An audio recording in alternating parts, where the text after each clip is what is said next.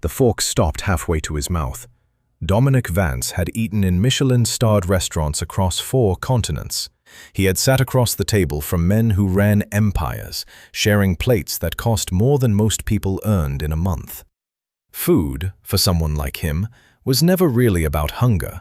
It was atmosphere, it was power, it was theater.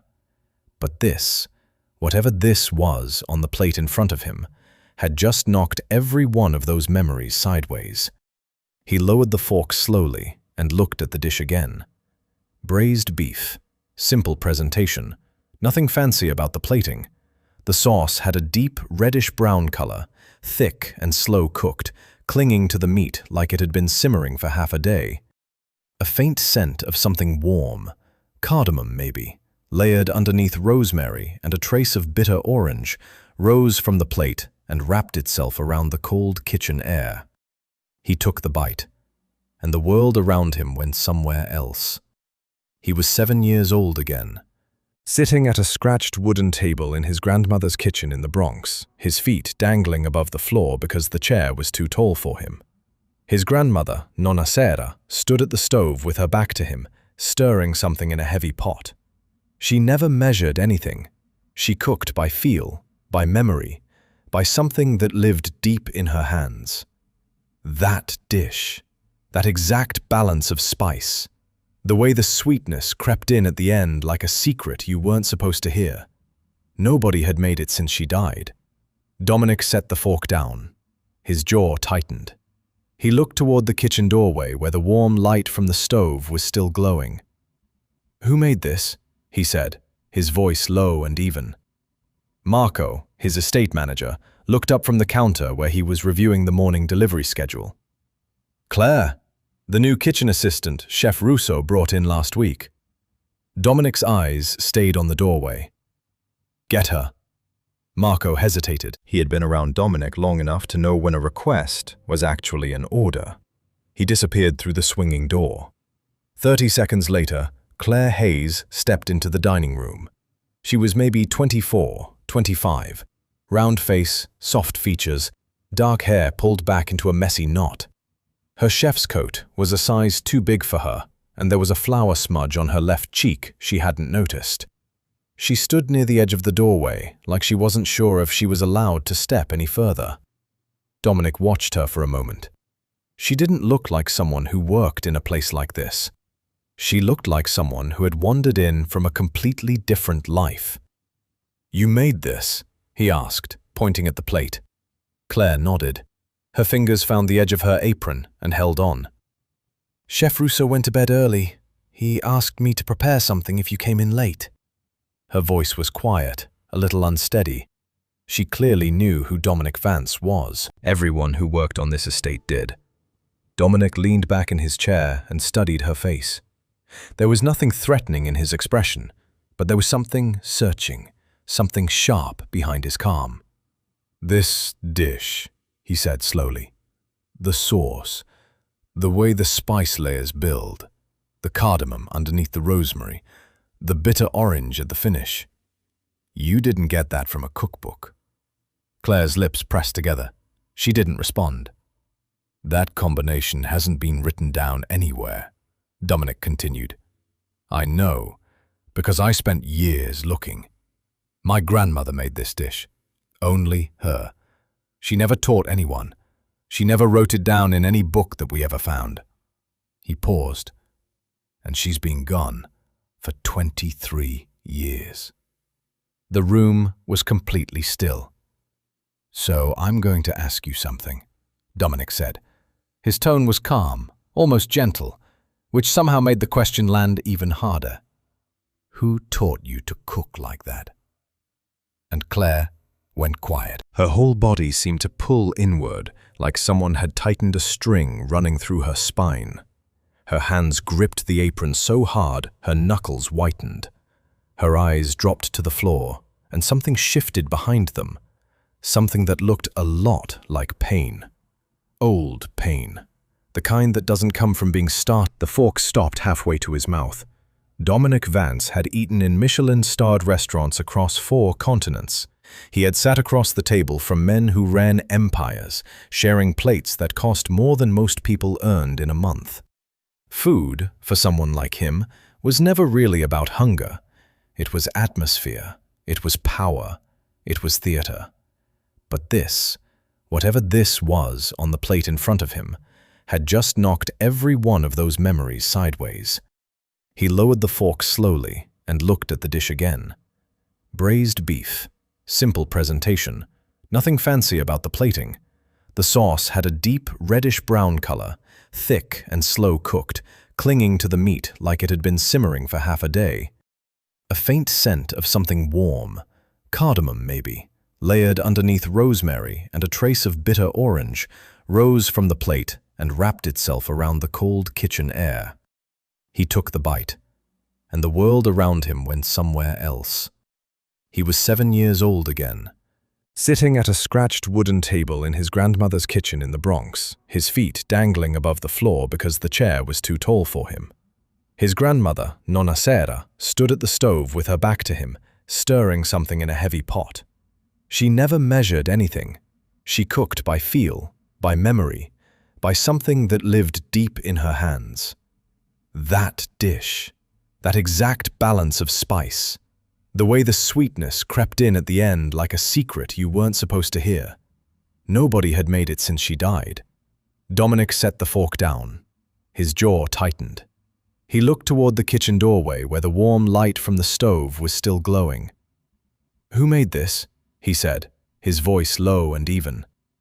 Marco, his estate manager, looked up from the counter where he was reviewing the morning delivery schedule. "Claire, the new kitchen assistant Chef Russo brought in last week."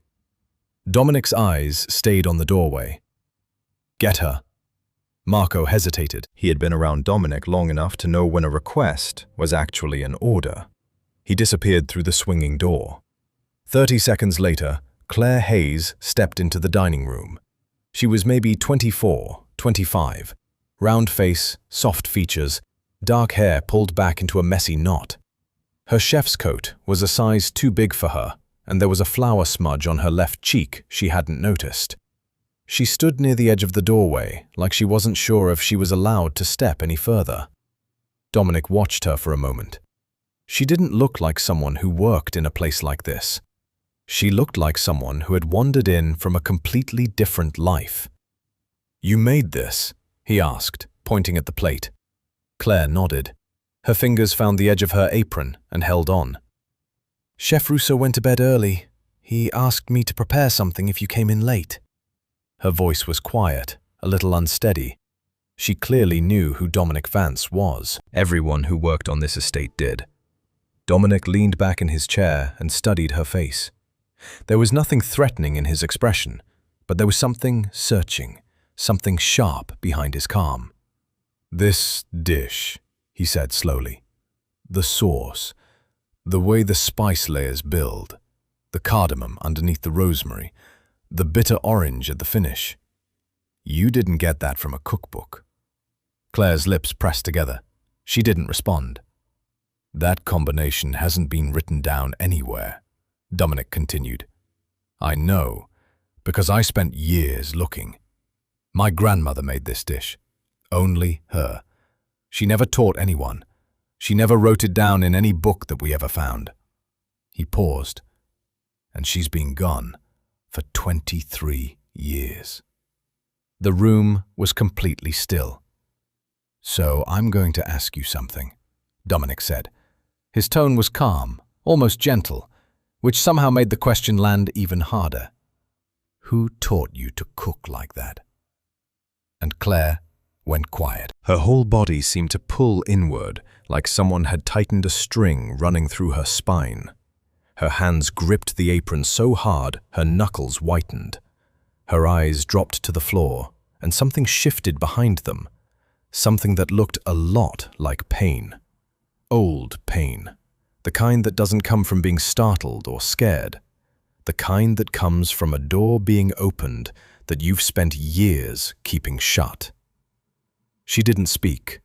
She didn't try to come up with an excuse or a safe answer.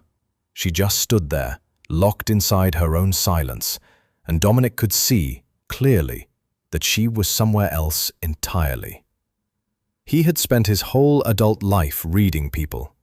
In the transport and logistics empire he ran, reading people wasn't a skill, it was survival.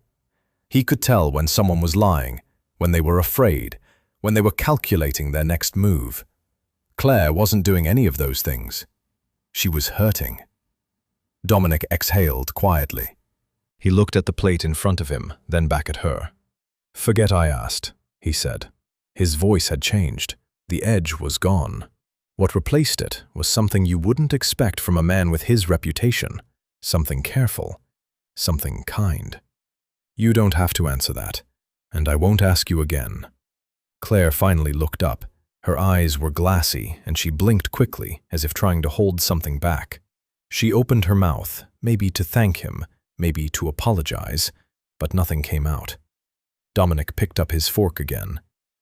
"The meal is excellent," he said, as if the last 2 minutes hadn't happened. "Thank you, Claire." She nodded once, turned, and walked back through the kitchen door. Dominic sat alone in the dining room for a long time after that. The fire in the stone hearth had burned low, casting long orange shadows across the oak floors. Snow was falling hard outside the tall windows, and the estate was buried in the kind of silence that only mountains and winter can produce together. He finished every bite on the plate. Then he pulled out his phone and sent a single text to his chief security officer, Victor Hale. "Run a full background on Claire Hayes, kitchen staff. Quiet about it. I want everything. But she is not to be questioned, followed, or made uncomfortable in any way. Clear?" Victor's reply came in 12 seconds. "Understood." Dominic set the phone down and stared at the empty plate. 23 years. He had spent 23 years believing that his grandmother's recipes had vanished the same night half his family's legacy was torn apart in a bitter corporate split. He'd made peace with it, moved on, built his own empire from the wreckage. And now a quiet, flower-dusted girl in an oversized coat had just dropped 23 years of certainty into a pot, stirred it, and served it back to him on a plate. He didn't know who Claire Hayes really was, but he was going to find out. Victor Hale had been running security for Dominic Vance for 9 years. In that time, he had investigated arms dealers, traced stolen cargo shipments across 3 oceans, and once tracked down a man who disappeared into rural Argentina with $12 million of company funds. He found him in 6 days. Claire Hayes took him about 4 hours. By 7 in the morning, Victor was sitting in the estate's ground floor command center, a windowless room lined with monitors and filing cabinets, spreading a thin folder across the steel desk. He'd run her social security records, cross-referenced her employment history, pulled her educational background, and checked for any criminal flags. He'd also contacted 2 trusted private database services that maintained records most people didn't even know existed. The result was almost disappointing in how ordinary it was. Claire Ann Hayes, 25 years old, born in a small town outside Burlington, Vermont. Mother passed away when Claire was 6, complications from pneumonia during a bad winter.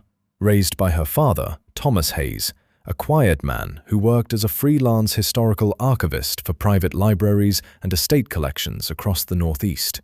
No siblings, no criminal record, no known affiliations with any organization, family, or network that would raise a single flag. She had attended a community culinary program in Vermont after high school, worked in 3 small restaurants over the following years, none of them remarkable, and had been hired 6 weeks ago through a staffing agency that supplied kitchen personnel to high-end private estates. Thomas Hayes, her father, had died 3 years ago. Heart failure. Claire had been living alone since, bouncing between short-term kitchen jobs. Victor closed the folder and called Dominic. "She's clean," he said. "Completely ordinary background. No connections to anyone in your circle, past or present. No red flags of any kind." There was a pause on the other end. "Her father," Dominic said. "Thomas Hayes. What kind of archivist was he?" "Freelance. Worked with private collectors, old family libraries, historical preservation projects. Quiet career, low profile. The kind of man who spent his life around dusty books and forgotten documents." Another pause, longer this time. "All right," Dominic said. "That's enough. Archive the file. And Victor, nobody on this estate mentions this background check to anyone, especially not to her." "Of course." The line went dead.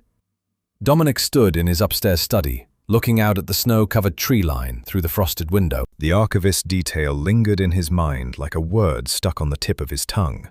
Something about it felt close to something, but he couldn't reach it yet. He let it go. For now. Downstairs, Claire had been awake since 5. She moved through the estate kitchen the way she moved through every kitchen she'd ever worked in. Carefully, methodically, like each surface and each tool deserved a certain kind of respect. She had already prepped the base for a mushroom and thyme soup, organized the cold storage inventory, and laid out the herb selection for the day's meals before Chef Russo had even come downstairs. Russo was a good chef, talented, experienced, and mostly fair, but he treated Claire the way most head chefs treated junior assistants, as background, someone who chopped, stirred, and cleaned. He gave instructions, she followed them, and that was the extent of their professional relationship. Claire didn't mind. She preferred it that way. Being invisible in a kitchen meant being safe in a kitchen. What she hadn't expected was Dominic. At 8:30, he walked into the kitchen alone. No Marco, no security escort, just him, in a dark sweater and slacks, his hair still slightly damp from a shower. He looked like he hadn't slept much, but his eyes were clear and steady. Claire stiffened the moment she saw him. Last night's conversation was still sitting heavy in her chest. She had barely slept either, replaying his question over and over, feeling the old familiar tightness crawl up her throat every time she remembered the look on his face when he tasted that dish. She expected him to bring it up again. That was what people like him did, wasn't it? People with power asked questions, and they kept asking until they got what they wanted. But Dominic walked to the counter, glanced at the prep she had laid out, and said, "That smells incredible.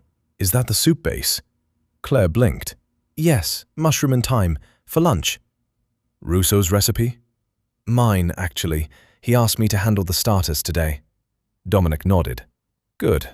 He poured himself a cup of coffee from the pot she had brewed earlier, took a slow sip, and looked at her directly. "Thank you for last night's dinner, Claire. I mean that." Then he turned and walked out. No follow-up, no probing, no second attempt at the question he had promised not to ask again. Claire stood very still for a long moment after he left. Her hands were resting on the cutting board, a sprig of thyme between her fingers. She realized, with a strange kind of surprise, that her chest felt lighter. The same thing happened at lunch. Dominic ate in the dining room with Marco and 2 of his business consultants who had driven up from the city for a strategy session. When the meal was served, Russo's main course, but Claire's soup and her handmade rosemary bread, Dominic asked Marco to send his thanks to the kitchen. 10 minutes later, Marco appeared at the kitchen door. "Mr. Vance wanted you to know the bread was outstanding," Marco said, looking at Claire with a slightly puzzled expression, as if he wasn't used to delivering personal compliments on behalf of his boss. Claire wiped her hands on her apron. "Tell him thank you." Marco lingered. "He also said the soup was the best he's had in recent memory." A beat. "His words, not mine." After Marco left, Chef Russo glanced at Claire from across the kitchen. "What did you put in that soup?" "Same recipe I always make." Russo grunted and went back to his sources. But Claire could feel something shifting. She had worked in enough difficult places and around enough difficult men to develop a sharp sense for when someone wanted something from her. She could usually feel it like a change in temperature, a subtle cooling of the air before the demand came. With Dominic, the temperature wasn't dropping. If anything, it was warming. And he wasn't asking for anything at all. That confused her more than any question ever could. She had walked into this job expecting to cook, collect her pay, and leave before anyone looked at her too closely. That was the pattern. That was how she had survived the last 3 years since her father died. Keep your head down, do good work, and disappear before anyone starts digging. Dominic Vance had started digging on the very first night, and then, for reasons she couldn't understand, he had stopped and handed her the shovel back. Nobody had ever done that before. 2 days passed without incident. Claire cooked, Dominic ate. They exchanged small courtesies, a thank you here, a quiet nod there, and the strange tension from that first night gradually settled into something almost comfortable. On the 4th morning, Chef Russo handed Claire a handwritten list of ingredients he needed for a special tasting menu he was planning for the weekend. Most of them were standard, but 3 items near the bottom, heritage black garlic, aged balsamic from a specific Modena producer, and a high-altitude saffron that only a handful of suppliers in the Northeast carried, required a trip. "There's an artisan market near the Vermont border," Russo told her. 2 hours out. The estate drivers know the route. You'll find everything there. Claire welcomed the idea. 4 days inside the estate walls, beautiful as they were, had started to feel heavy. She needed open air, crowds that didn't know her name, and the familiar comfort of wandering through stalls stacked with ingredients she could touch and smell and choose with her own hands. By noon, she was riding in the back of a black SUV with Danny, one of the estate's regular drivers, and Paul, a second driver who sometimes doubled as a low-level security presence for staff errands. They were friendly enough, making small talk about the weather and the roads, and Claire felt herself relax for the first time in days. The market was everything she needed. It sprawled across a converted fairground near the state line, rows of wooden stalls draped in canvas, vendors calling out to passers-by, the smell of fresh bread and smoked meats and dried herbs thickening the cold afternoon air. Farmers, cheesemakers, beekeepers, and spice traders had all set up shop, and the crowd moved between them in a slow, easy rhythm. Claire found the saffron vendor first, then the balsamic. She was negotiating a price for a small crate of heritage black garlic with an older woman who grew it on her own farm when she noticed 2 men standing about 30 feet away, watching her. They weren't browsing. They weren't carrying bags. They stood side by side near a wooden post, both wearing dark coats, both looking directly at her with the kind of fixed attention that made the back of her neck go cold. Claire turned away and focused on the garlic. She told herself she was imagining things. Crowds made her nervous sometimes. It was probably nothing. She paid the vendor, tucked the crate under her arm, and moved toward the next row of stalls. The 2 men followed. They kept their distance at first, staying a row behind, appearing and disappearing between the stalls like shadows stitched to her footsteps. But when Claire turned down a narrower aisle lined with herb vendors, they closed the gap.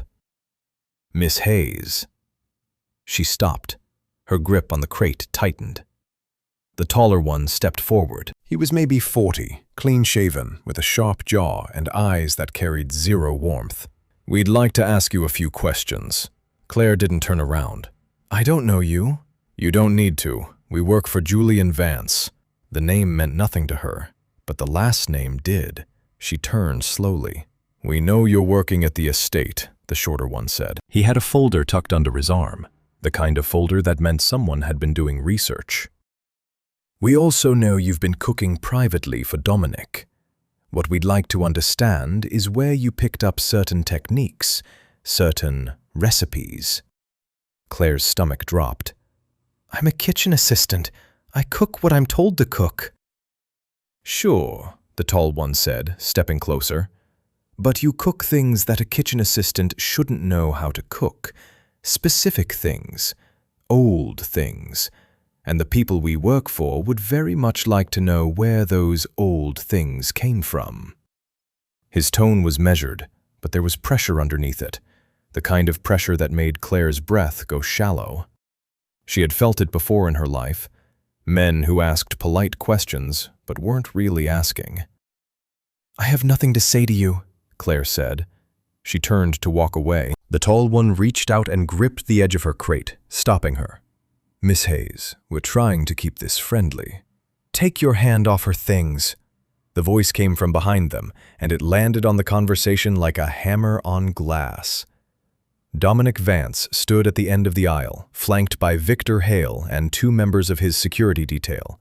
He was wearing a dark overcoat, his hands in his pockets, and his posture was completely relaxed, but his face told an entirely different story. Claire had seen Dominic calm. She had seen him quiet and polite and almost gentle. She had never seen him like this.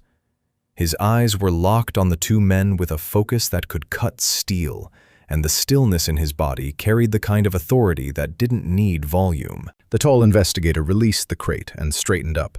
"Mr. Vance, we were just—" "I know exactly what you were doing." Dominic walked forward, his steps slow and deliberate. "You're working for my uncle, and you're standing in a public market, cornering a member of my household staff, demanding information you have absolutely no right to ask for." "Mr. Julian Vance has concerns about—" "I don't care what Julian has concerns about." Dominic stopped 3 feet away from the man, and even though he was speaking quietly, every word carried weight. "Claire Hayes works for me. She is under my personal protection, and if either of you or anyone Julian sends approaches her again, at a market, on a road, in a parking lot, anywhere, I will treat it as a direct action against me. And you can explain to my uncle what that means, because I promise you, he already knows." The two men stood frozen. The shorter one glanced at his partner, looking for a way out. "Leave," Dominic said. "Now." They left, quickly and without another word. The aisle went quiet. A few vendors nearby pretended to be busy, but Claire could feel their curious stares. Dominic turned to her. The sharpness in his expression softened immediately, like a door closing behind him. "Are you all right?" he asked. Claire realized her hands were shaking. The crate of garlic was trembling slightly against her hip. She nodded, but the nod wasn't convincing. "Danny called Victor when he saw those two watching you from across the market," Dominic explained. "I was already nearby, checking on a transport depot a few miles from here. I came straight over." Claire swallowed hard. "Who is Julian Vance?" Dominic's jaw tightened briefly. "My uncle, and someone who should have known better than to pull something like this." He gestured gently toward the main path. "Come on, let's get you back." As they walked through the market toward the vehicles, Claire noticed that Dominic kept himself positioned between her and the crowd, like a wall she hadn't asked for, but suddenly felt grateful to have. The decision was made before sunrise. Dominic sat in his upstairs study at 4 in the morning, a cup of black coffee going cold on the desk beside him, reviewing a series of messages from Victor Hale. Julian had sent his investigators to the market, which meant Julian already knew the estate's location, its staffing details, and its daily routines. The mountain retreat, which Dominic had maintained for years as his most private refuge, was compromised. He made 3 calls in quick succession. The first was to Marco, telling him to begin packing the essentials. The second was to his property manager in Manhattan, instructing her to prepare the penthouse for immediate occupancy. The third was to Victor, ordering a full security rotation for the drive south. By 8 o'clock, 3 armored SUVs were idling in the estate's circular driveway, their engines humming against the freezing morning air. Staff moved in and out of the house carrying luggage, equipment cases, and sealed document boxes. Chef Russo loaded his personal knife roll and a cooler of perishables into the second vehicle, grumbling about the disruption to his weekend menu.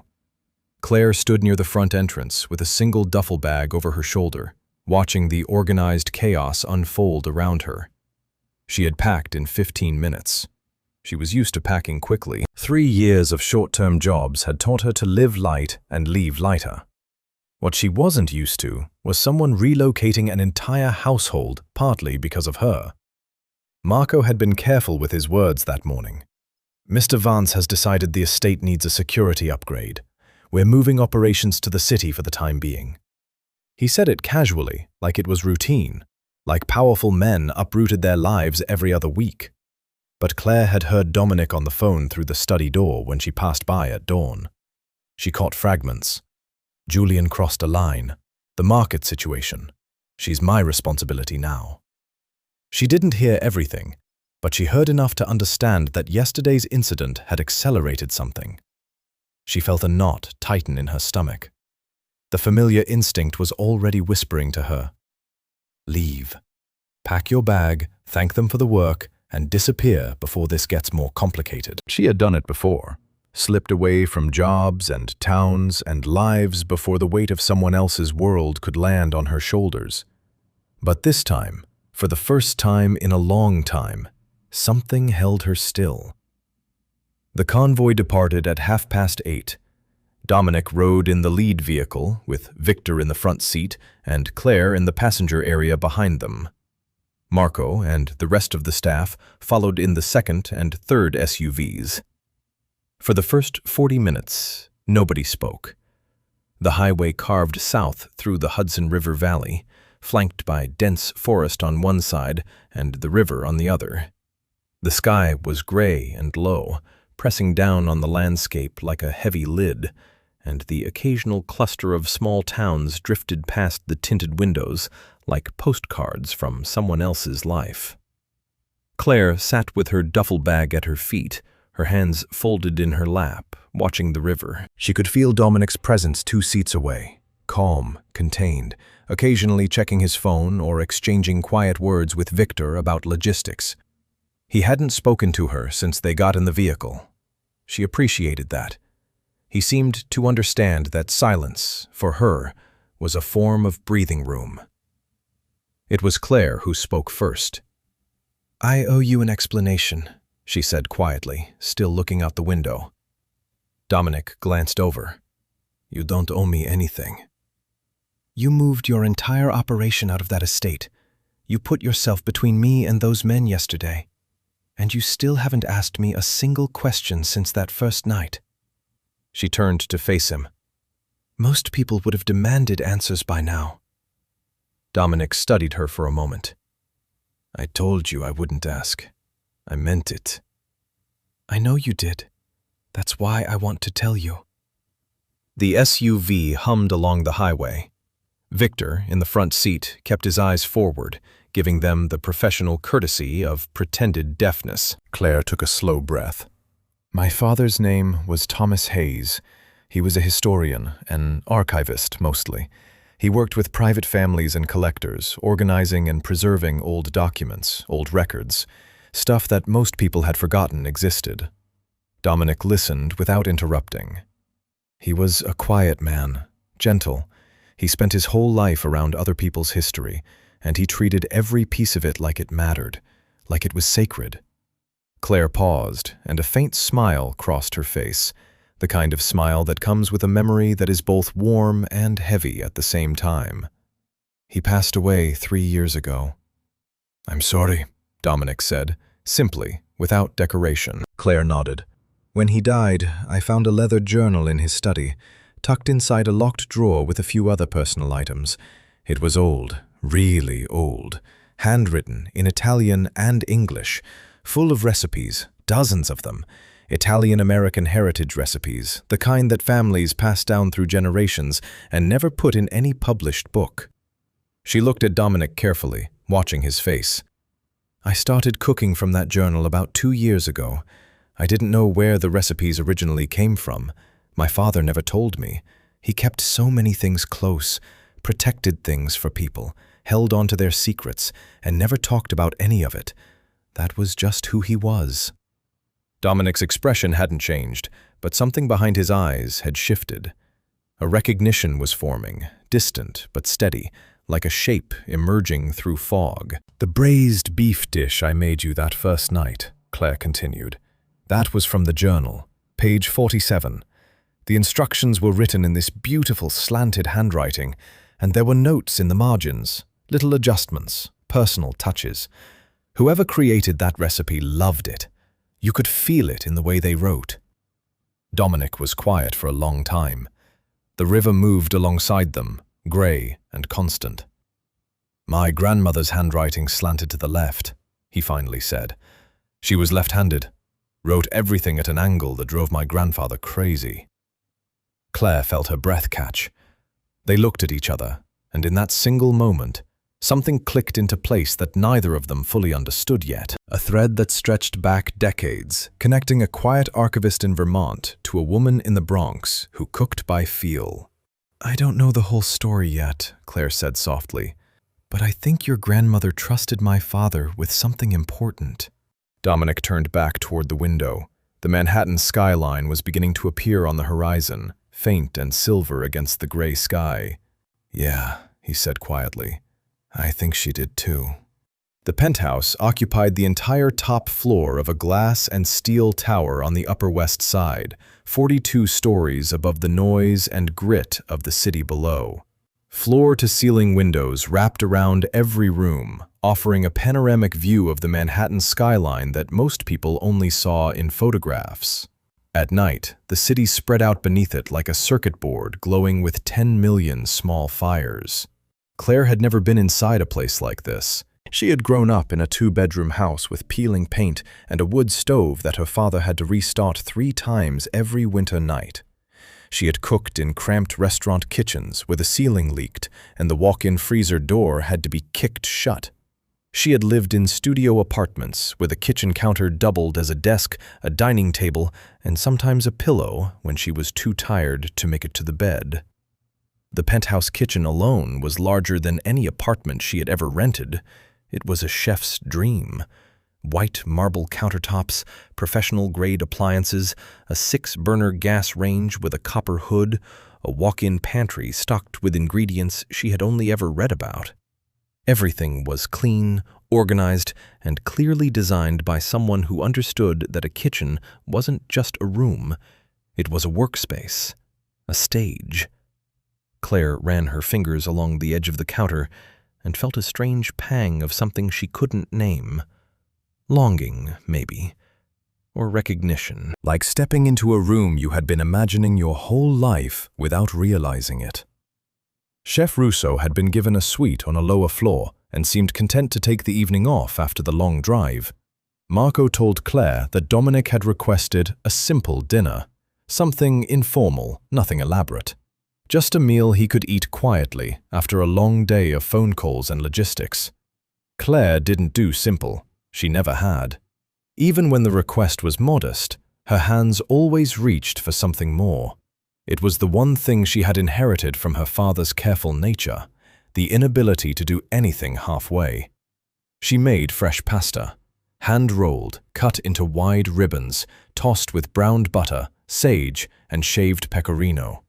On the side, she roasted fennel with lemon and sea salt, and she baked a small loaf of olive oil bread using a recipe from the journal, page 12, written in that same beautiful slanting script. Dominic arrived in the dining area at 8. He had changed into a plain gray shirt, sleeves rolled to the elbows, and he looked like a man who had spent the entire day putting out fires he didn't start.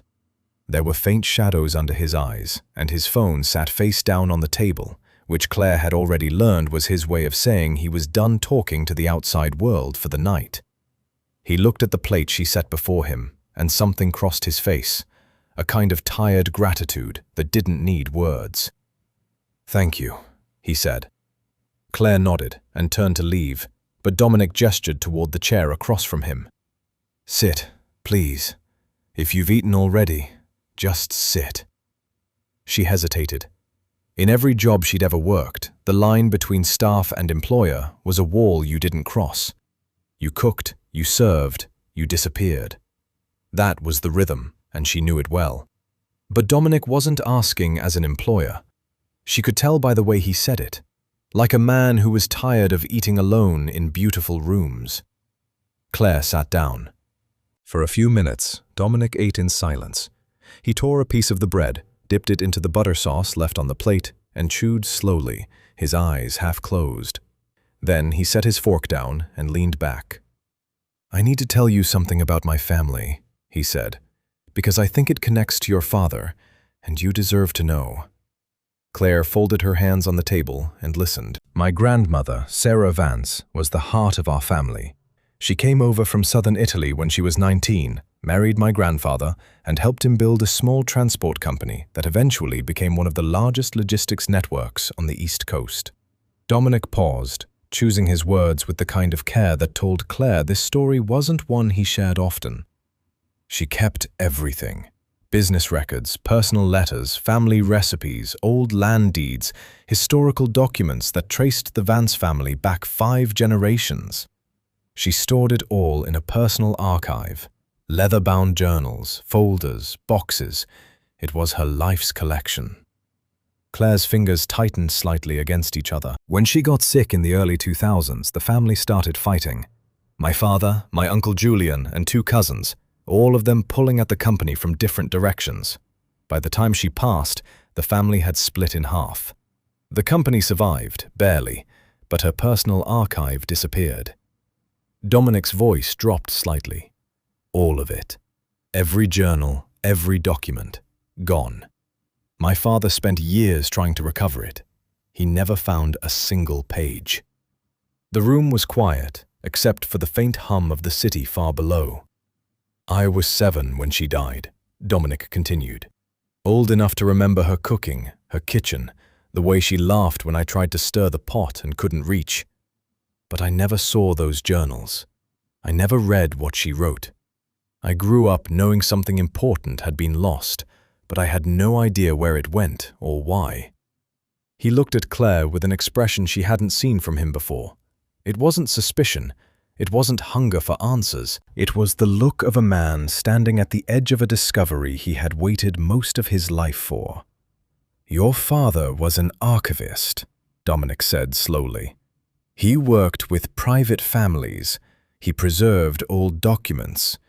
And he left you a handwritten journal full of Italian-American recipes that match my grandmother's cooking exactly. Claire felt her pulse climbing. She could see where this was going, and the enormity of it pressed against her ribs like a held breath. I think my grandmother gave that journal to your father, Dominic said. Or someone close to her did. I think she saw the family falling apart and decided to protect what mattered most by putting it in the hands of someone outside the family, someone she trusted, someone who would guard it without asking for anything in return. Claire's eyes stung, because that was her father, every word of it. A man who guarded other people's treasures like they were sacred and never once used them for himself. I think your father kept that journal safe for over 20 years, Dominic said quietly. And I think he never told you what it really was because he was protecting you too. A single tear rolled down Claire's cheek. She wiped it quickly with the back of her hand and took a shaky breath. That sounds exactly like something he would do, she whispered. Dominic reached across the table and placed his hand briefly over hers, a gesture so simple, so human, that it carried more weight than any of the power moves she had watched him execute over the past week. We'll figure this out together, he said. No rush, no pressure. Whenever you're ready. Claire nodded, and for the first time in 3 years, the loneliness she carried everywhere felt a little less permanent. Julian Vance had been circling his nephew for years. He was 61 years old, broad-shouldered, silver-haired, and carried himself with the rigid confidence of a man who believed the world owed him things it had failed to deliver. He had been part of the Vance transport empire since its earliest days, standing beside his older brother, Dominic's father, as they expanded routes, acquired warehouses, and built a logistics network that stretched from Maine to Virginia. But Julian had always been the second brother, the one who executed decisions made by someone else, the one whose name appeared below the line on contracts. When Dominic's father died 8 years ago and the company passed to Dominic, Julian had expected the board to install him as interim chairman.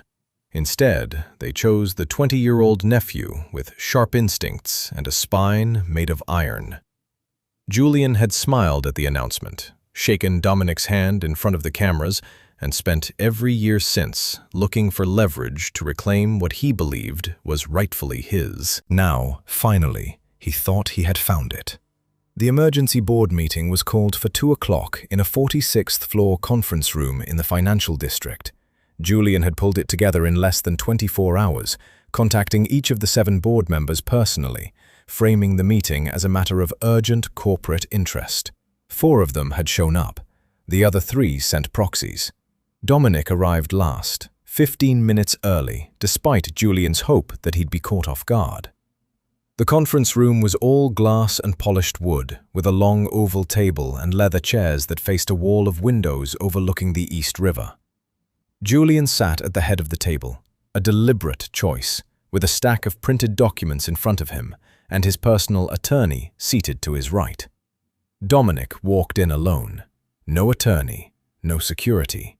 He unbuttoned his suit jacket, pulled out the chair at the opposite end of the table, and sat down without greeting anyone. "Thank you all for coming on short notice," Julian began, standing and addressing the room with the practiced ease of a man who had rehearsed every word. "I've called this meeting because I believe the company is facing a previously unknown asset recovery situation that requires immediate board action." Dominic leaned back in his chair and watched his uncle with a calm, unreadable expression. Julian clicked a remote, and a projection screen behind him lit up with a scanned photograph of a leather-bound journal.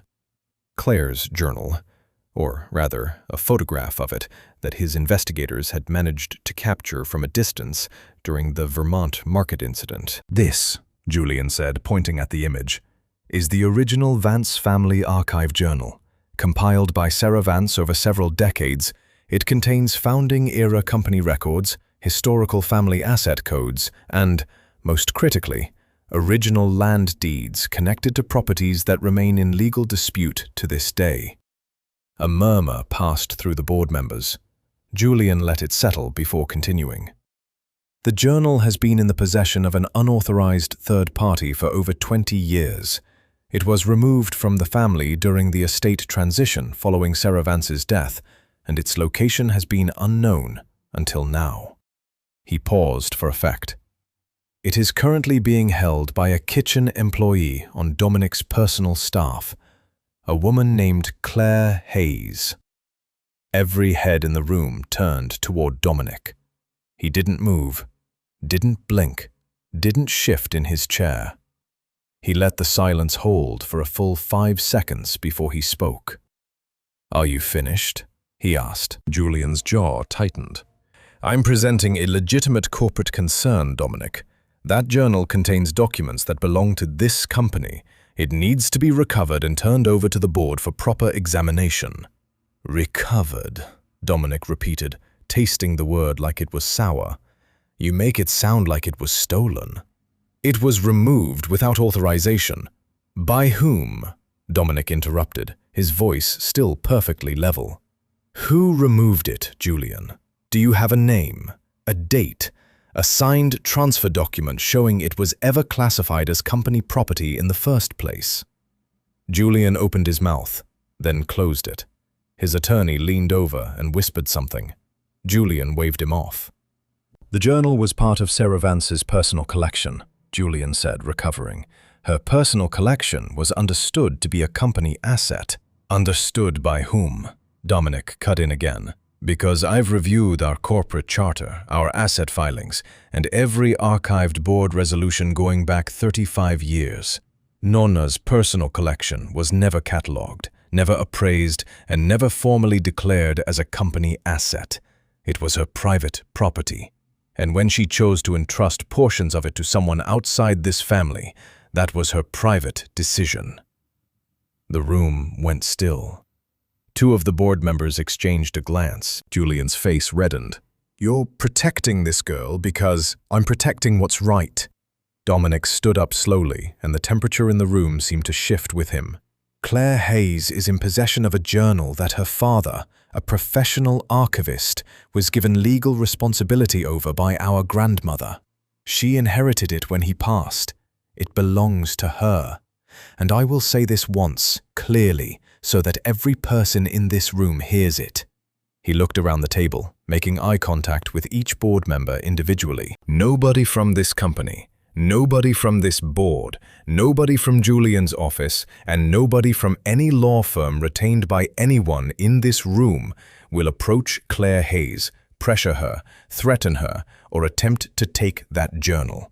It is her property, her family's legacy, and it is under my personal protection." Julian slammed his palm on the table. "You don't have the authority to make that call unilaterally." "Actually, I do," Dominic said. "Section 14 of our operating agreement gives the acting chairman final authority over all matters classified as legacy estate disputes. This qualifies. I've already filed the classification with our legal registrar." Julian stared at him, and for a brief moment, the mask slipped. Behind the corporate performance and the boardroom theatrics, Claire could see what Julian really was, a man grasping at something that was slipping through his fingers, year by year, meeting by meeting. "This isn't over," Julian said quietly. "Yes," Dominic said, picking up his jacket from the back of the chair. "It is." He walked out of the conference room without looking back. In the elevator, alone, he pulled out his phone and called Victor. "Julian knows about the journal. He knows what's in the margins. We need to move Claire again, somewhere he can't reach." Victor didn't hesitate. "Rhode Island, the coastal property. I can have it ready by morning." "Do it tonight," Dominic said. "And Victor, make sure she feels safe. That matters more than anything else." "Understood." The elevator doors opened into the lobby. Dominic stepped out into the cold afternoon light and took a long breath. The fight with Julian was far from finished. He knew that.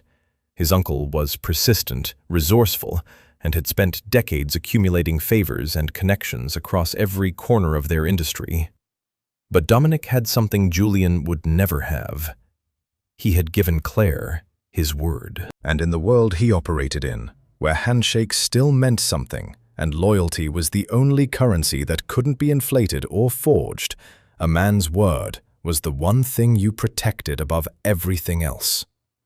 The Rhode Island property sat on a rocky bluff overlooking the Atlantic, about 3 miles south of Newport's main harbor. It was an old stone house, originally built in the 1920s by a shipping magnate, that Dominic had purchased 6 years ago and quietly restored. Unlike the Mountain Estate, with its modern security systems and camera grids, or the Manhattan penthouse with its glass walls and city exposure, this place felt like it had been forgotten by time, on purpose. Thick ivy crawled up the eastern wall. A wraparound porch faced the ocean, its wooden planks weathered smooth by decades of salt air. The grounds were modest: a gravel driveway, a stone garden wall, a detached garage that housed 2 vehicles and a small boat. The nearest neighbor was over a mile away, separated by a stretch of wild grass and coastal scrub that bent sideways in the constant wind. Victor had driven Claire down overnight, while Dominic handled a series of calls with his legal team in the city. She arrived at dawn, stepping out of the SUV into a wall of cold ocean air that smelled like salt and wet stone and something ancient she couldn't name. She stood on the gravel driveway and stared at the house for a long moment. After the gleaming towers of Manhattan and the fortress-like Mountain Estate, this place felt like a deep exhale. It was real in a way those other properties hadn't been. Lived in. Weathered. Honest. "Mr. Vance keeps this one off the books," Victor told her as he carried her bag inside. "No corporate records, no board filings, no staff registry tied to the company. Julian doesn't know it exists." "How is that possible?" Claire asked. "He bought it through a private trust under a different name, paid cash, never hosted a single business meeting here." Victor set her bag down in the hallway and looked at her with an expression that was the closest thing to warmth she had ever seen from him. "This is where he comes when he wants to stop being Dominic Vance for a few days. You're one of maybe 5 people who've ever set foot inside." Claire didn't know what to say to that, so she did what she always did when words failed her. She walked into the kitchen. It was perfect. Small, warm, with copper pots hanging from an iron rack above a butcher block island. A cast iron stove sat against the far wall, old but functional, flanked by open shelves stocked with dried herbs, oils, and ceramic jars labeled in faded handwriting. A window above the sink looked out directly over the ocean, and the morning light came through it in pale gold sheets that landed on the stone floor like something painted. Claire set her hands on the counter and breathed. For the first time in 10 days, maybe for the first time in years, she felt like she was standing somewhere that matched the inside of her chest. Somewhere small and sturdy and safe. Dominic arrived late that afternoon. He came alone, driving himself for the first time since Claire had known him. A dark sedan pulled into the gravel driveway, and he stepped out, looking different than she had ever seen him. The suit was gone. He wore a heavy knit sweater, dark jeans, and boots that looked like they had actually been worn before. His shoulders sat lower, his jaw was less tight.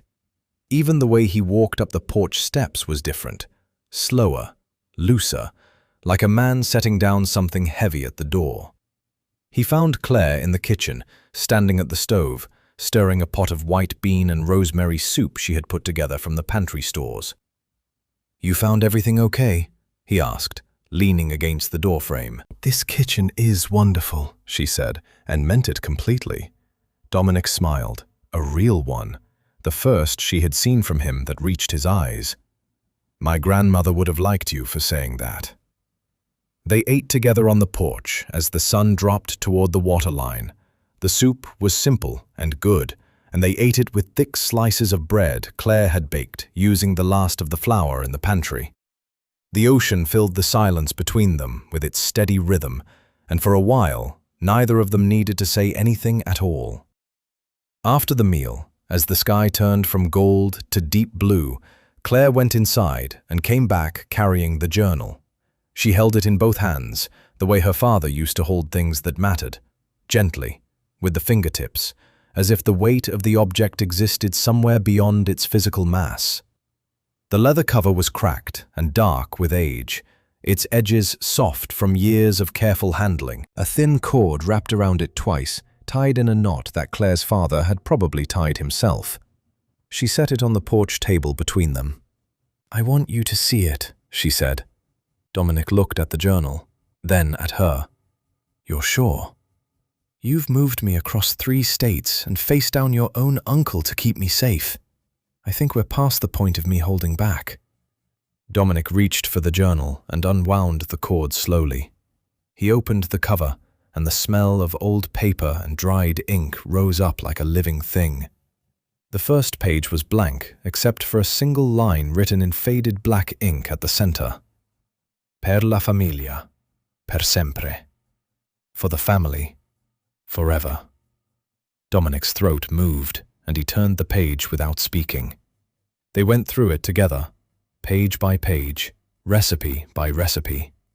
His grandmother's handwriting filled every sheet, slanting left just as he remembered, with small drawings of herbs in the margins, and occasional notes in a mix of Italian and English. Braised meats, slow-cooked sauces, holiday breads, desserts that took 3 days to prepare. Each recipe carried annotations, adjustments made over years, comments about who loved which dish, memories tied to meals that had once brought an entire family together. And then, near the back of the journal, they found something else. Tucked between 2 pages of dessert recipes was a folded letter, written on thinner paper in a different hand. The handwriting was shaky, as if written by someone whose strength was fading, but the words were clear. "To Thomas, my dear and trusted friend, you have kept my family's heart safe when my own family could not. This journal is yours to protect, and one day to pass to someone worthy. I trust your judgment above all others. With love and gratitude, Sarah." Claire read it twice, then a third time. Her vision blurred on the 4th attempt, and she pressed her palm flat against the table to steady herself. Dominic sat very still beside her. He reached over and gently closed the journal, then placed his hand on top of it, his fingers resting inches from hers. "Your father was a remarkable man," he said quietly. Claire wiped her eyes and laughed, a short, broken laugh that carried more emotion than anything she had said in weeks. "He would have hated all this attention. He probably would have hidden in the pantry." Dominic laughed too, softly, and in that sound, something shifted between them. The last wall, built from caution, from grief, from years of protecting themselves in their own separate ways, came down quietly, without ceremony, like a tide pulling back from the shore. They sat on the porch until the stars came out, the journal between them, the ocean steady and patient below. 2 days of peace. That was all they got. Claire had spent those 2 days cooking through the journal, recipe by recipe, filling the stone house with the kind of warmth that only comes from a kitchen being used the way it was meant to be used. Dominic had stayed close, working from a small desk in the living room, handling calls and emails while the smell of slow-simmered sauces and fresh bread drifted through the hallways.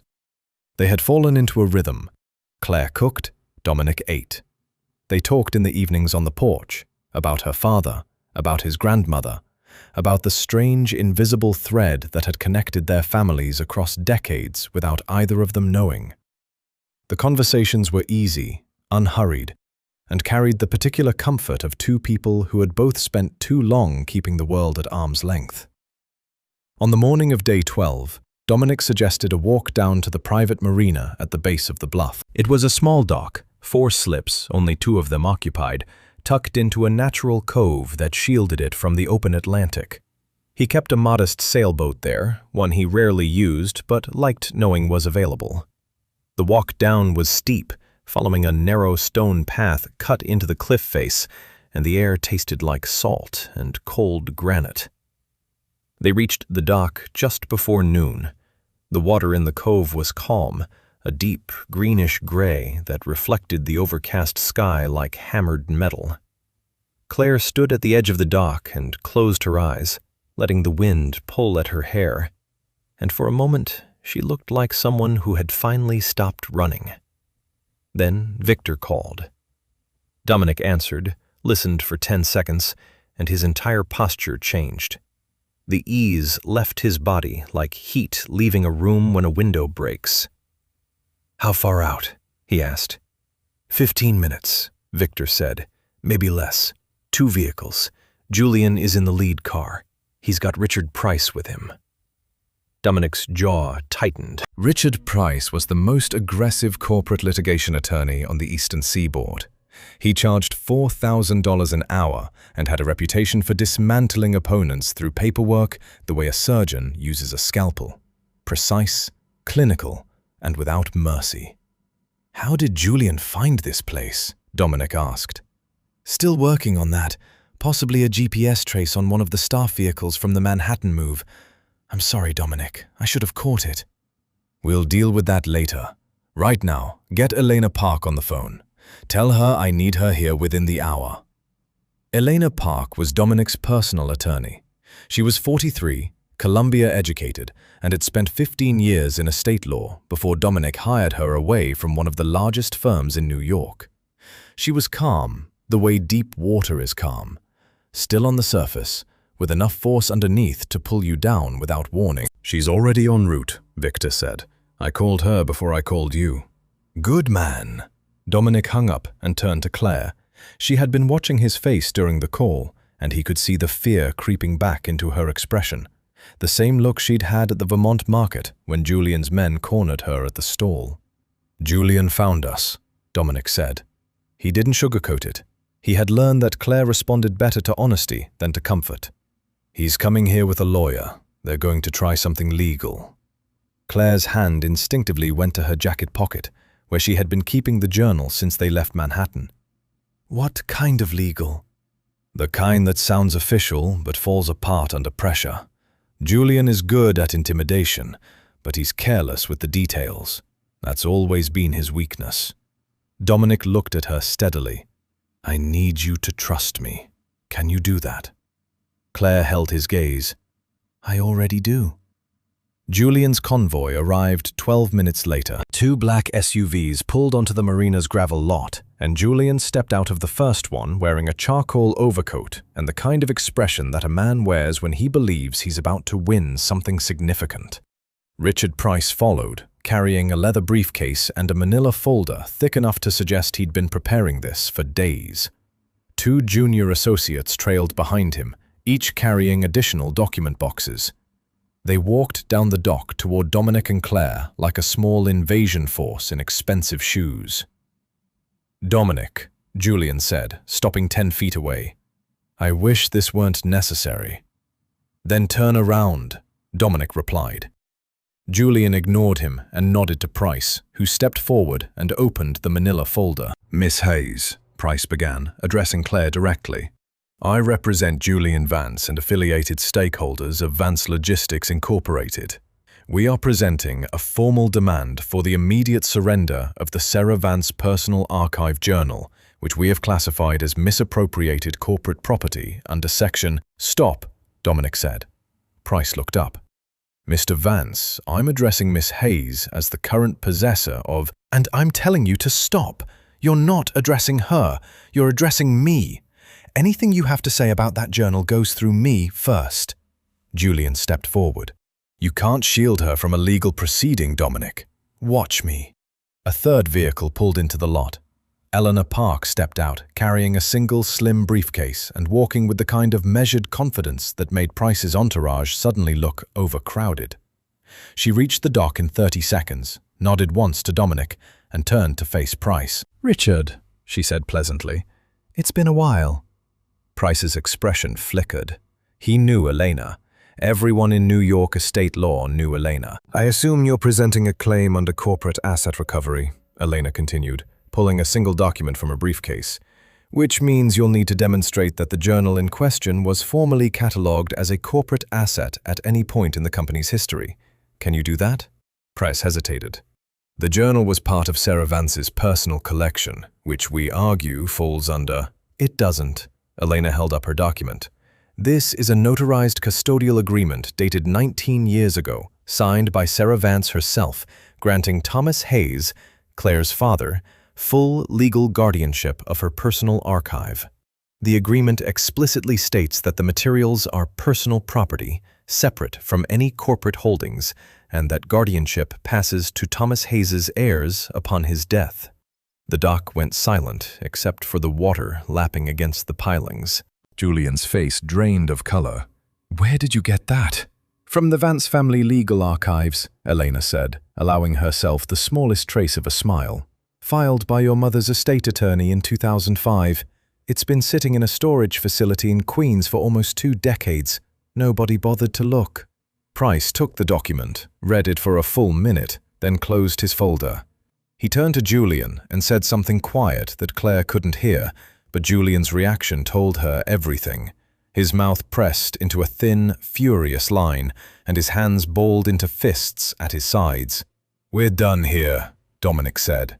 His voice carried no triumph, no satisfaction, just finality. "Take your team, get off my property, and don't contact Claire again. If you do, Elena will file a harassment injunction before you reach the highway." Julian stared at his nephew for a long, burning moment. Then he turned and walked back up the dock without a word. Price and his associates followed, their document boxes suddenly looking very heavy. Claire stood at the edge of the dock, her hands still resting on the journal in her pocket, and watched them leave. When the last vehicle disappeared up the coastal road, she let out a breath she felt like she had been holding for 12 days. Dominic turned to Elena. "Thank you." Elena tucked her briefcase under her arm. "You should thank your grandmother. She thought of everything." The call from Elena came on the morning of day 13. Dominic was standing on the porch with a cup of coffee, watching a fishing trawler move along the horizon when his phone buzzed. He listened for 3 minutes without interrupting, asked 2 questions, and hung up. He found Claire in the kitchen, kneading dough for a sourdough loaf she had started the day before. Her sleeves were pushed up past her elbows, and there was flour in her hair again. She looked up when he walked in, and immediately read something in his face. "What happened?" she asked. "Julian's been removed from the board." Claire's hands stopped moving in the dough. "What?"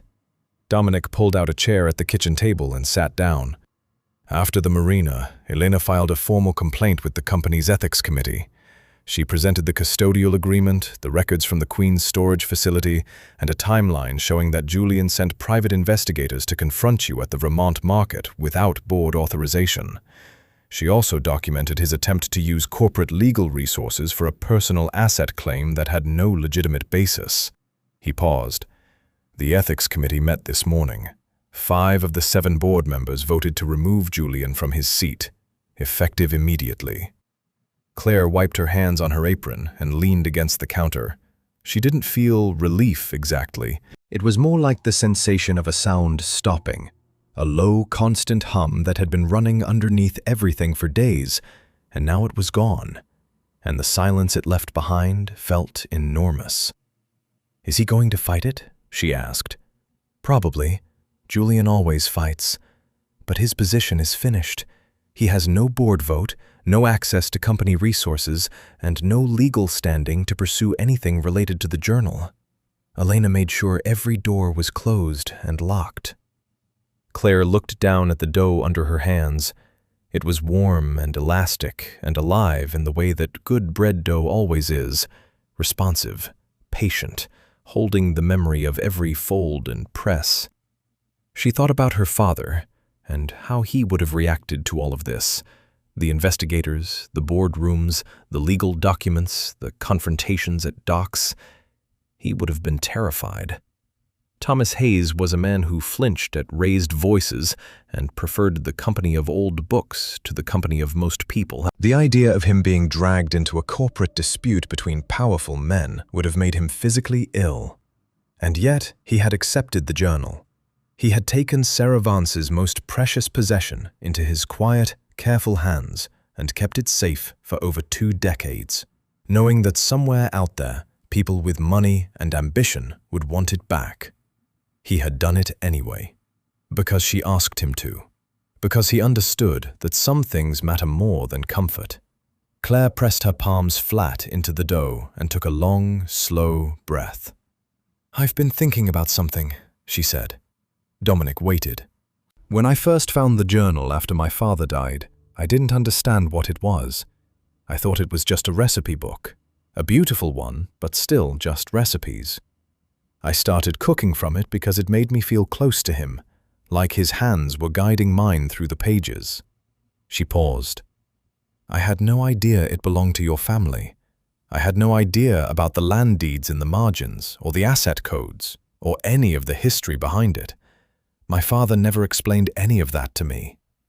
"He was protecting you," Dominic said. "I know that now, but it also means I've been carrying something that was never entirely mine. The recipes, the history, the letter from your grandmother. It all belongs to your family as much as it belongs to mine." She turned to face him fully. "I want to share it with you, Dominic. The whole journal, every recipe, every note, every page. Your grandmother wanted it protected, and my father did that. But she also wanted it to come back to someone worthy. And I think that's you." Dominic was quiet for a moment. He looked at the journal sitting on the kitchen counter where Claire had left it that morning, its leather cover catching the late afternoon light. Then he looked back at her. "I don't want to take it from you, Claire." "You're not taking it. I'm giving it. There's a difference." She smiled, and it was the most open expression he had ever seen on her face, unguarded, warm, carrying the particular brightness of someone who has made a decision that feels right in every part of them. "Your grandmother's recipes should be cooked by her family. That's what they were made for. That's what food like this is. It's memory. It's connection. It doesn't belong in a locked drawer." Dominic stood up from the table and walked over to the counter. He picked up the journal and held it the way Claire always held it, gently, with his fingertips, feeling the weight of it beyond its physical mass. "Then let's cook from it," he said. "Together. Tonight." They spent the rest of the afternoon in the kitchen. Claire chose a full Sunday meal from the journal's pages, the kind of meal Sarah Vance used to prepare for her family when everyone was still together. A slow-roasted chicken with lemon and wild oregano. Hand-cut pasta with a walnut and parsley pesto that used a technique Claire had never seen in any cookbook. Roasted root vegetables glazed with honey and aged vinegar. And for dessert, a ricotta cake with orange blossom water that took 2 hours to prepare and filled the entire house with a scent so deep and sweet, it felt like stepping into a memory that didn't belong to you. Dominic worked beside her. He wasn't a skilled cook. His knife work was clumsy, and he burned the first batch of walnuts for the pesto. But he followed Claire's instructions without complaint, and there was something about seeing him in that kitchen, sleeves rolled up, flour on his forearms, that made the whole scene feel like it had been waiting to happen for a very long time. They talked while they cooked. Claire told him stories about her father, how he used to read aloud to her from old Italian letters he was archiving, translating as he went, making up silly voices for the authors. How he taught her to cook eggs when she was 9, standing on a step stool at their tiny stove in Vermont. How he smelled like old paper and pine soap, and how sometimes, when she opened an old book in a used bookstore, she caught that same scent and had to close her eyes for a second.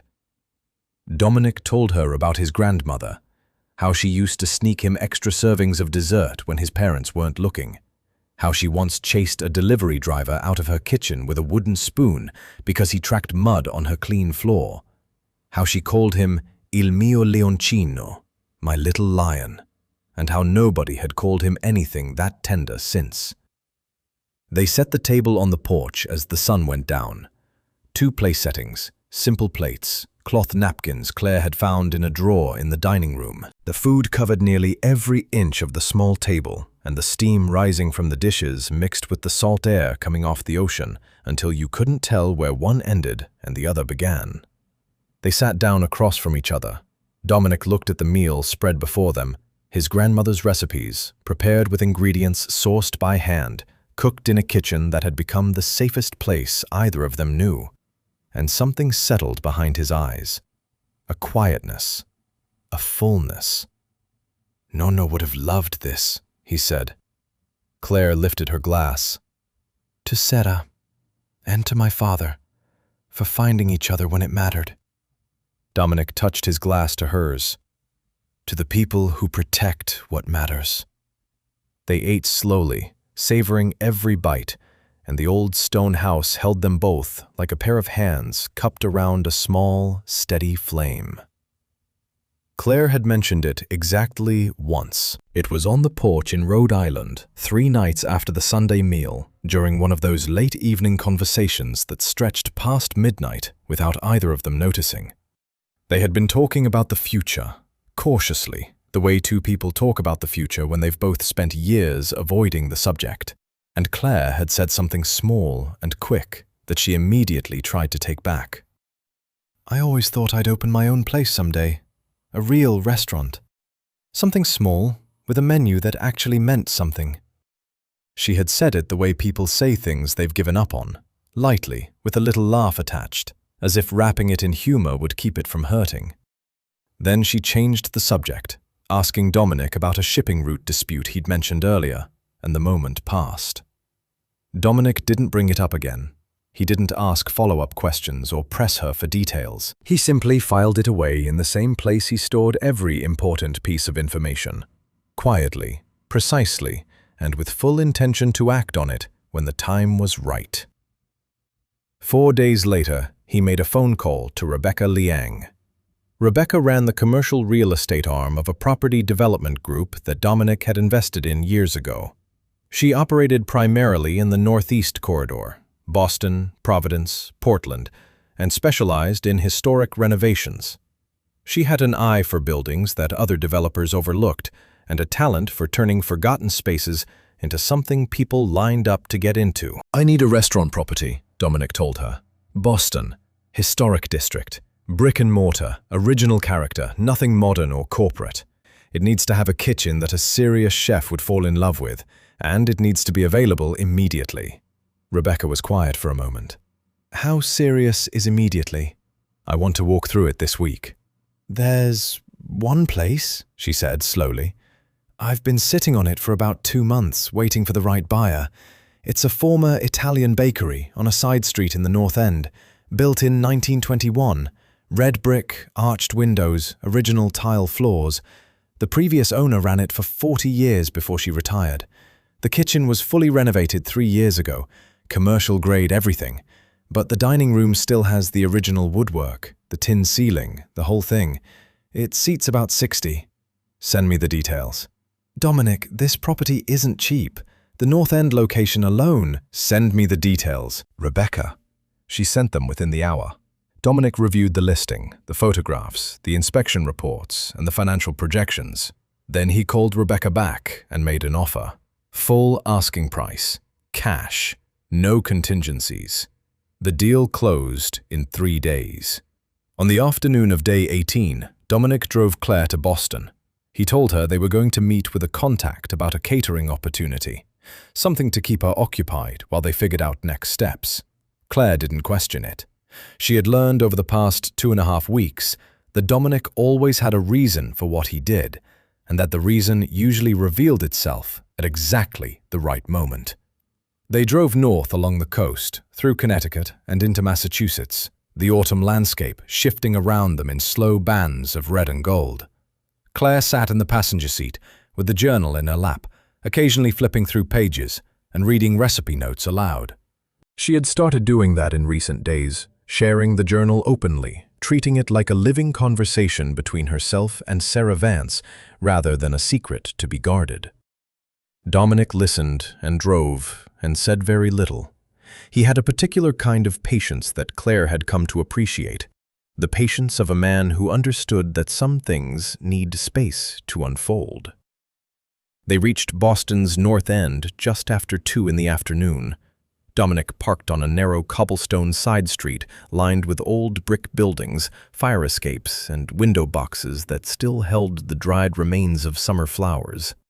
The neighborhood smelled like espresso and fresh bread, and the sounds of the city felt muffled here, absorbed by the old stone and the tight streets.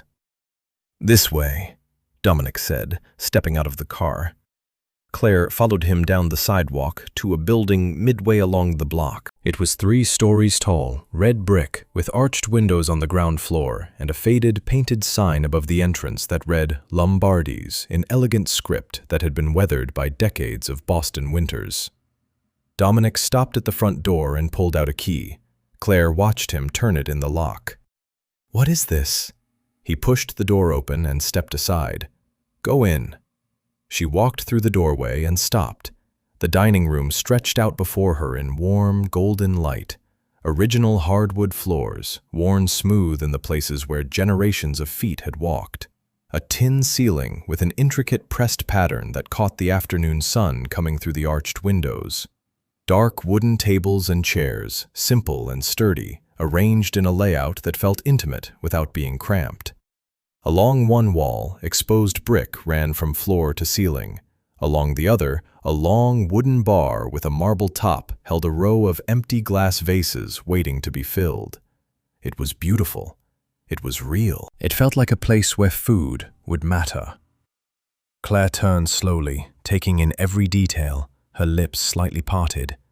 Then she looked at Dominic, who was leaning against the doorframe, watching her. "What is this?" she asked again, quieter this time. "Come see the kitchen," he said.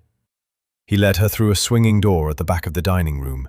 The kitchen opened up before her, spacious, immaculate, with stainless steel counters, a commercial range with 8 burners, 2 convection ovens, a walk-in cooler with a glass door, and a prep area large enough for a team of 6 to work comfortably. The ventilation hood was brand new. The lighting was perfect. Every surface gleamed. Claire pressed her hand against the cold steel counter and felt her throat tighten. "Dominic," she said, "tell me what this is." He reached into his coat pocket and pulled out a slim envelope. He held it out to her. "The deed," he said. "In your name, fully paid. The property, the equipment, the licenses, everything is yours, free and clear." Claire stared at the envelope. She didn't take it. Her hands had started trembling. "I can't accept this," she whispered. "You can, and you should." Dominic stepped closer, his voice steady and clear. "Claire, you've spent 3 years moving from job to job, cooking in other people's kitchens, hiding your talent because showing it meant someone might ask questions you weren't ready to answer. Those days are over. Julian is gone. The journal is yours. And you deserve a place where you can cook your food, under your name, on your terms." Her eyes were filling, She blinked hard, trying to hold it together, but the tears came anyway, fast and quiet, and completely beyond her control. "My father would have told me I was crazy to take this," she said, laughing through the tears. "Your father would have been proud of you," Dominic said. "And then he would have hidden in the pantry." Claire laughed harder, wiping her face with both hands. She took the envelope from him and held it against her chest. She looked around the kitchen one more time, her kitchen, and drew a long, shaking breath. "I'm going to need a really good sous chef," she said. Dominic smiled. "I know a few people." 3 weeks. That was all it took.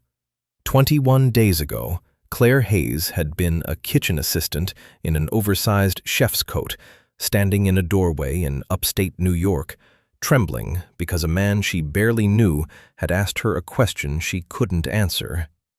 Tonight, she stood at the center of a professional kitchen in Boston's North End, calling out orders to a hand-picked team of 6, her voice clear and steady, and carrying the kind of quiet authority that cannot be taught.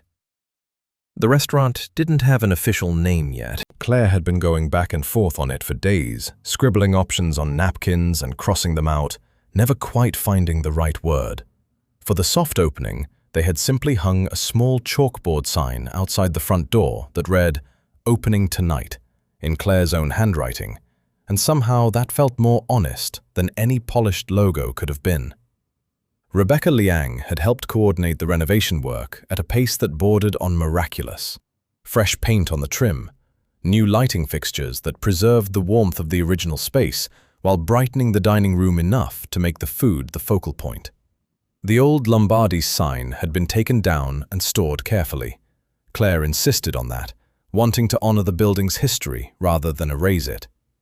The window boxes had been replanted with fresh herbs, rosemary, thyme, basil, that Claire could clip from the dining room if she needed them mid-service. The menu was small, 12 dishes, every one of them drawn from the journal. Claire had spent 4 days testing and refining each recipe, adjusting portions for restaurant service, training her team on techniques that most of them had never encountered.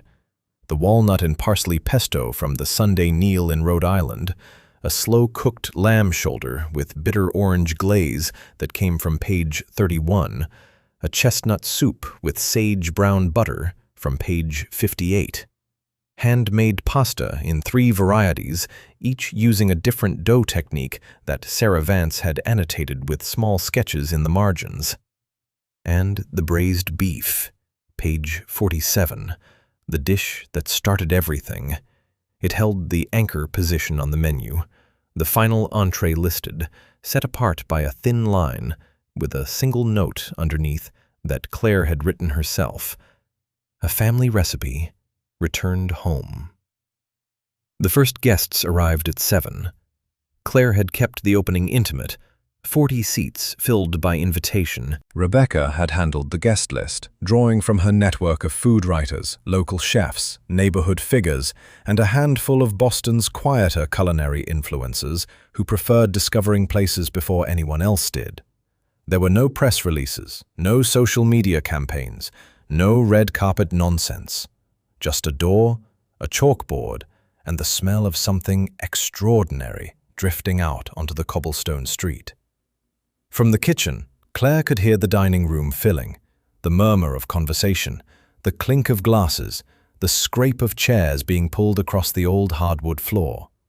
She stood at the pass, the long steel counter where finished plates were inspected before going out, and felt the familiar electricity that every chef feels at the start of a first service.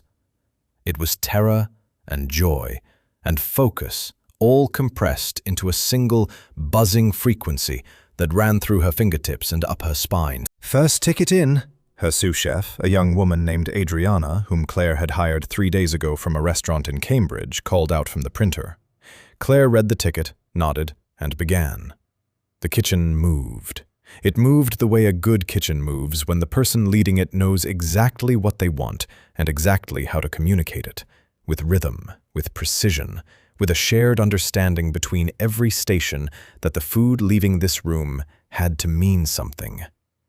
Claire was everywhere at once, tasting sauces, adjusting seasoning, checking temperatures, plating with the careful attention of someone who understood that every dish was a conversation between the person who made it and the person who would eat it. 2 hours in, the dining room was full and humming. Plates were going out clean and coming back empty. Adriana caught Claire's eye across the kitchen and gave her a small, firm nod, the kind of nod that said, "We're holding, chef." And Claire felt something bloom in her chest that she hadn't felt in years. Pride. Real,